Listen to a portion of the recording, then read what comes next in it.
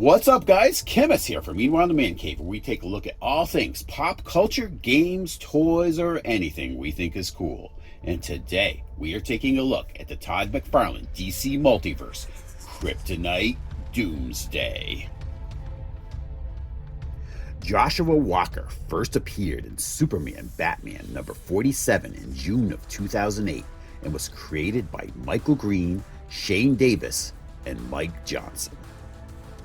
A farm boy from Kansas, Walker joined the U.S. military out of college and volunteered for a bogus program that was supposed to immunize soldiers from potential biological threats. In truth, the program was developed by Amanda Waller to create a super soldier capable of killing Superman should he ever go rogue. Using DNA from the inhuman killing machine Doomsday and kryptonite to bind this DNA to Walker's DNA, Josh Walker took on the appearance and powers of Doomsday. With the exception of the kryptonite spikes protruding from the monster's skin instead of Doomsday's familiar bone spikes, this made the monster, dubbed the All-American Boy by Amanda Walker, even more deadly than Doomsday.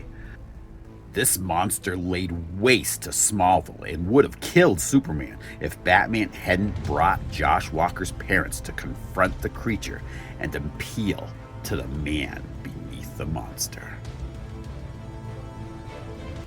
Starting right off, taking a look at the box, the normal Todd McFarlane fare here. Just a little preview of the character. Not much to see on the side here.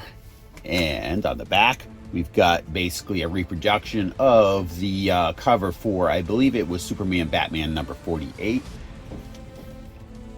Titled character on the side. And we're going to stop wasting time on this box and pop this guy out of his cardboard box.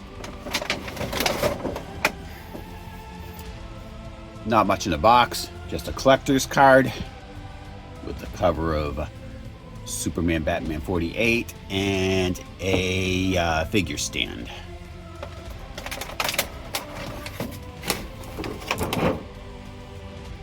And here he is out of the box, the All-American Boy. We're going to start off with the articulation here in a moment, but first, brief overview of the figure. The sculpt looks good. Definitely like how it looks. And definitely got a good foundation if you want to modify this into a traditional Doomsday.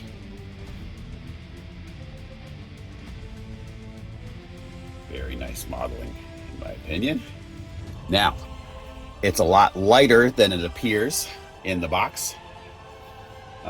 Almost reminds me of the plastic that maybe was the Clayface figure was made out of. I don't know. It just feels a little light for what it is. I don't know. The plastic feels a little flimsy to me, especially at probably around the midsection in here. This is more of a soft material, which is good. But the hair is a stiff material, which could be a hassle when we go to pose him. We'll see. So let's take a look at that articulation right now. Oh, actually, look at this. He has an articulated jaw. That's pretty cool. You've got, well, you don't really have your left and right motion, and here's where that hair comes into play. If they made it at least out of this flexible type material here, maybe we could flex this head a little more, like pose it. But because the head is stiff, it will not turn left and right because of the spikes. So you're not going to have any range of motion there. You do have tilting down, so you can have it looking down at Superman. Not much as far as looking back. Again, the hair restricts it at the back. If you'd made that a flexible material, you would have given him some more motion. Here at his abdomen, plenty of motion there.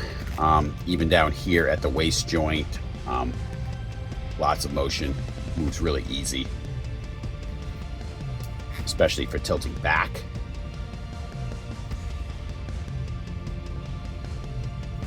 and you can have him crunch forward a decent amount for a character of this size. At his shoulders, some lateral movement, not a tremendous amount. No shoulder and bicep joint there, so you're not going to have any angling there. At his elbow, geez, very little motion there, very little. So that's your range of motion there. Not a lot. You do have a swivel there at the elbow, so you're gonna have some motion there. Looks like you've got a hinge here at the wrist and a twist, so you can twist his wrist around here and attempt, I should say, to angle it. You do have a little range of motion there, and I'd be really cautious about posing him there.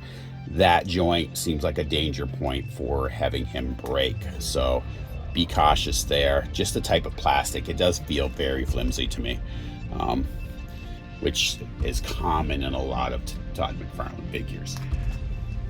Down here at his knee,